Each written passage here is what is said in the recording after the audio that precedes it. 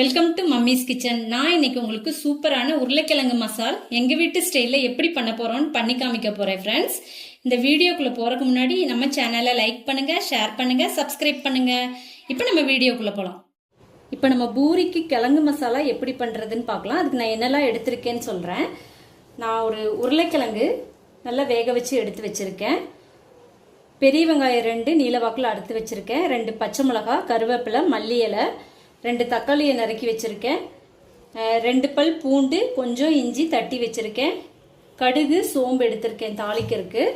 ஆயிலும் உப்பு நம்ம தேவையான அளவு எடுத்துக்கலாம். இப்போ நம்ம வந்து உருளைக்கிழங்க மேஷ் பண்ணி எடுத்துக்கலாம். எண்ணெயை சூடு பண்ணி அதில் 1/2 டீஸ்பூன் கடுகு, 1/2 டீஸ்பூன் சோம்பு போட்டுக்கலாம். பொரிஞ்சு வந்ததுமே பெரிய வெங்காயம்,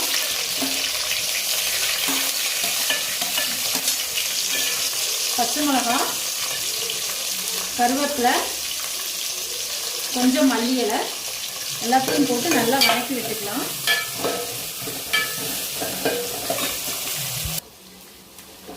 இப்போ வெங்காயம் நல்லா வெந்து வந்துருச்சு ஃப்ரெண்ட்ஸ். 3/4 வெங்காயம் வெந்துருச்சு. இப்போ வந்து நம்ம இஞ்சி பூண்டு தட்டி வச்சதை போட்டுக்கலாம்.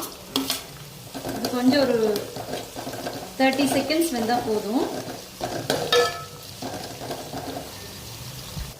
இதில் நம்ம தக்காளியை ஆட் பண்ணிக்கலாம்.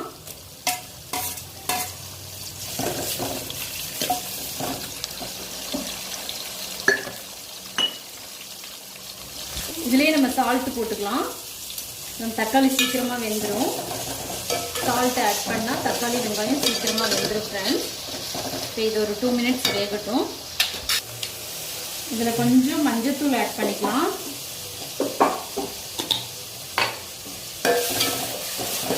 ஒரு கலக்கி விட்டுட்டு இதில் நம்ம மேஷ் பண்ணி வச்ச உருளைக்கிழங்கு போட்டுக்கலாம்.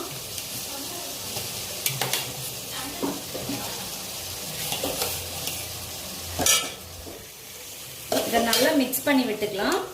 மிக்ஸ் பண்ணி விட்டுட்டு இதில் கொஞ்சம் தண்ணி ஆட் பண்ணிக்கலாம்.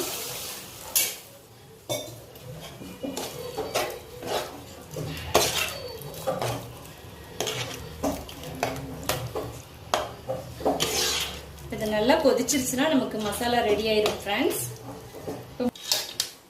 இப்போ இதை மூடி வச்சு நம்ம கொதிக்க விட்டுக்கலாம். இப்போ நமக்கு ஒரு சூப்பரான உருளைக்கிழங்கு மசால் வந்து ரெடி ஆயிருச்சு. இது நம்ம பூரியோட சப்பாத்தியோட சாப்பிட்றா சூப்பராக இருக்கும். இந்த வீடியோ உங்களுக்கு பிடிச்சிருந்தா லைக் பண்ணுங்க, ஷேர் பண்ணுங்க, சப்ஸ்கிரைப் பண்ணுங்க.